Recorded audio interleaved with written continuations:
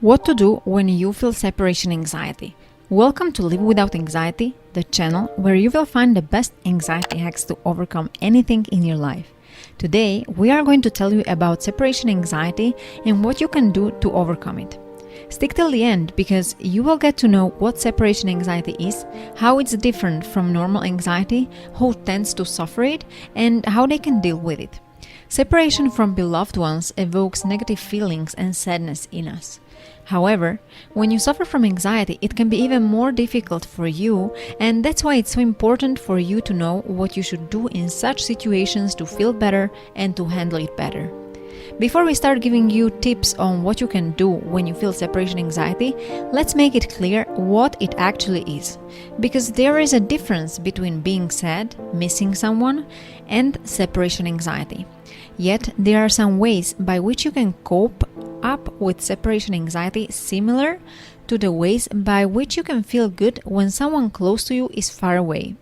These things can impact your mental state in an order of magnitude. As Dr. Angelo Sante says, it can impact you physically and mentally, and may even cause panic attacks. So it is different than just the regular feeling of missing your mom when you move to a college or you feel homesick. When you suffer from separation anxiety, it interferes with your daily life. It's more than just missing someone.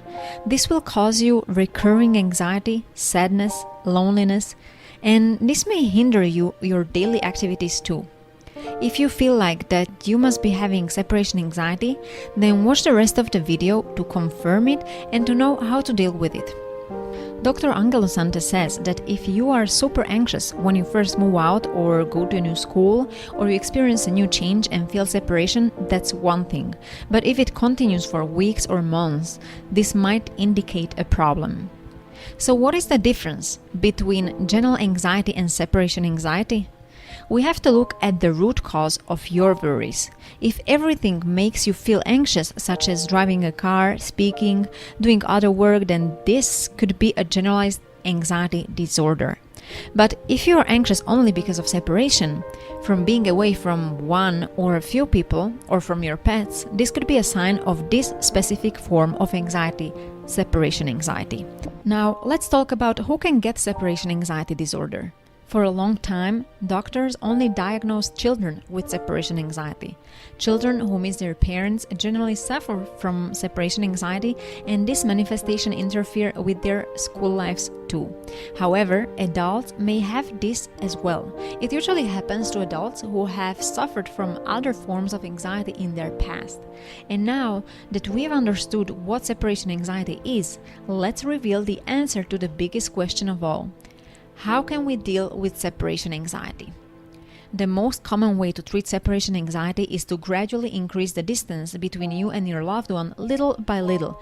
We should start small, maybe with an overnight separation, and then extend the separation periods a little longer each time, to get used to the separation gently whenever possible. It is generally a good idea to expose yourself to the things that you're scared of in a slow and controlled way because it makes you stronger and helps you grow. In case when gradual separation is not a possibility, we have to apply different techniques. For example, we can keep some small reminders of our loved one around us. These can be pictures, talismans, notes, tickets from a movie that you saw together, or even a perfume that reminds you of them. You can stay in touch with your loved ones through phone calls or video calls. However, Dr. Angelo Sante warns us that we should not get too attached to these items. We should treat it only as small reminders that help us to better manage our separation anxiety. We should keep everything in balance, including the calls. We can alternate between calling the person we miss or asking new friends to hang out and talk. Last but not least, you can also try different techniques that we discussed for general anxiety in our previous videos, such as mindfulness, breathing techniques, meditation, and more that can help you to distract yourself from what's worrying you and calm you. To sum up today's video, we talked about separation anxiety, what it is, how it is different from general anxiety, who can be affected by it, and we gave you tips on how you can deal with it. Let us know in the comment section if you've experienced separation anxiety and how did you deal with it. And click that subscribe button to begin your self-improvement journey with us.